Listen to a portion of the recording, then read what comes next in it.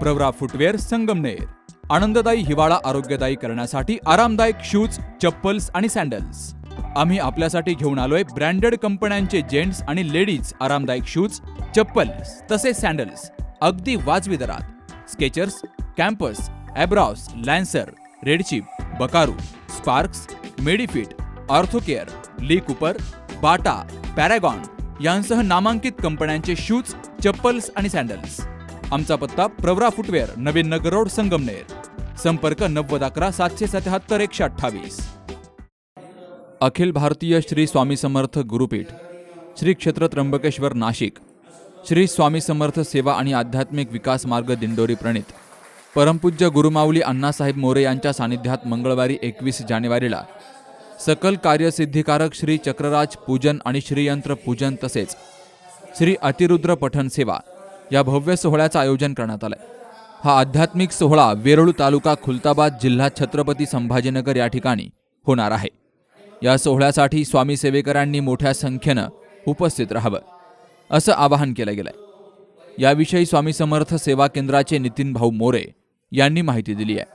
स्वामींच्या नावावर सुद्धा मार्गदर्शन करणारे अनेक आहेत, परंतु हा दिंडोरी प्रणित सेवा मार्ग हा एक मात्र असा वेगळा आहे की ज्याची स्थापना स्वतः स्वामींनी केलेली आहे। म्हणून हा मार्ग समजून घेत असताना आपल्याला अनेक बाबी लक्षात घेतल्या पाहिजे। त्यात प्रामुख्यानं आपल्या सर्वांकडनं खरं अध्यात्म या विषयावर आपण चर्चा करतो। खरं म्हणजे मूळ अध्यात्म काय असतं?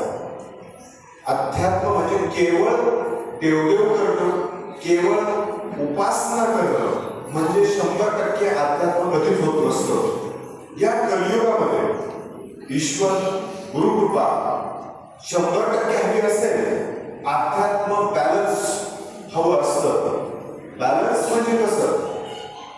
ज्ञानयोग, भक्तियोग आणि कर्मयोग या योगाचा बॅलन्स असेल तर 100% अध्यात्म परिपूर्ण होत असतं।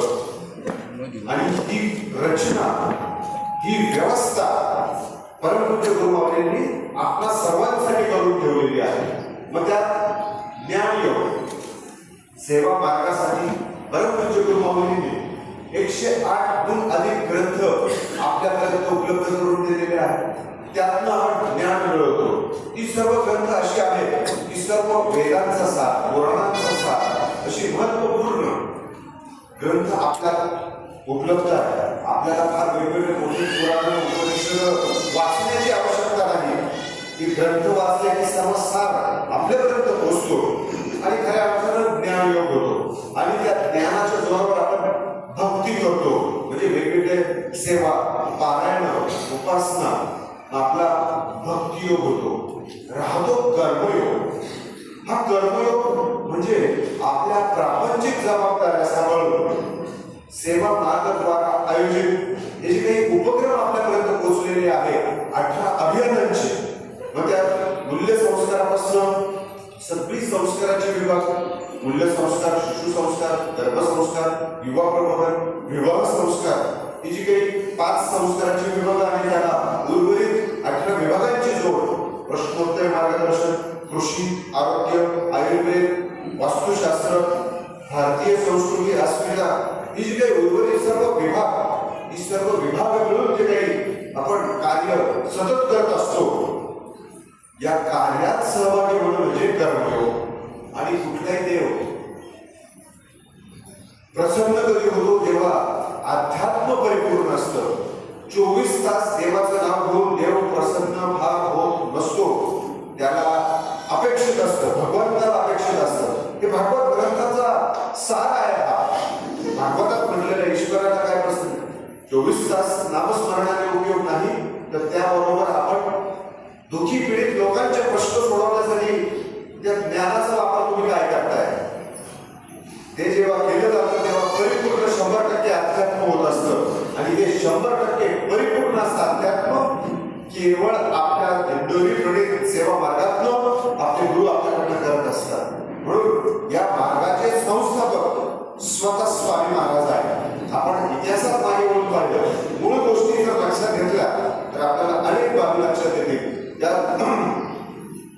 आपण अगदी सृष्टीच्या उत्पत्तीपासून जर विचार केला, दत्त महाराजांचा या भूतलावाचा आविष्कार विचार केला, कारण दत्त महाराज हा अविनाशी आविष्कार या भूतलावाचा आहे. या भूतलावाची प्रथम देवता म्हणजे दत्त महाराज आहे, हे पण आपण लक्षात घेतलं पाहिजे.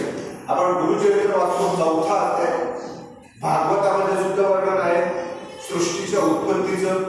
गुरुचरित्रात पण 4था अध्याय वाचतो की सृष्टीची उत्पत्ती, हिरण्यगर्भ, तेच ब्रह्मांड, एक भूमिका, एक आकाश, आणि त्या भूमीवर ऋषींची उत्पत्ती, ब्रह्मदेवाने सर्वात प्रथम केली. सृष्टीची उत्पत्ती त्यानं गुरुचरित्र ग्रंथात वाचतो. भागवतात दिले शेषशाही भगवान विष्णू भवसागरात पोहले असताना त्यांच्या नाभिकमलातनं ब्रह्मदेव प्रकटले आणि त्या ब्रह्मदेवाला भगवान विष्णूंनी आज्ञा केली, भूतलावर जाऊन सृष्टीची उत्पत्ती करा. मग ते स्थान तोडलं. तर ब्रह्मदेव या भूतलावर सर्वप्रथम त्र्यंबकेश्वर या क्षेत्री आहे. तेथील ब्रह्मगिरी पर्वत हा त्यांच्या तपश्चर्येची प्रतीक म्हणून तो ब्रह्मगिरी पर्वत आहे. तर या कार्यक्रमासाठी अहिल्यानगर जिल्ह्यातून सेवेकरी मोठ्या संख्येनं हजर होते. Sukhdev Gadekar, C news Marathi, Sangamner.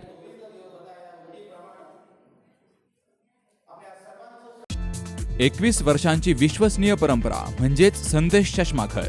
आता 1999 रुपयात 2 चष्मे, सर्व प्रकारचे ब्रँडेड गॉगल्स आणि स्पेक्ट्स उपलब्ध. प्रोग्रेसिव्ह लेन्सेसची संपूर्ण रेंज, नेत्रतज्ञांमार्फत नेत्र तपासणी, सर्व प्रकारचे कम्प्युटर यूजसाठी चष्मे उपलब्ध. विनम्र आणि तत्पर सेवा.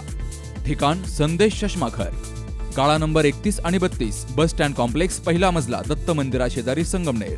प्रोप्रायटर अमोल देशमुख. 9150 290 290 आणि 9270 37 41 74.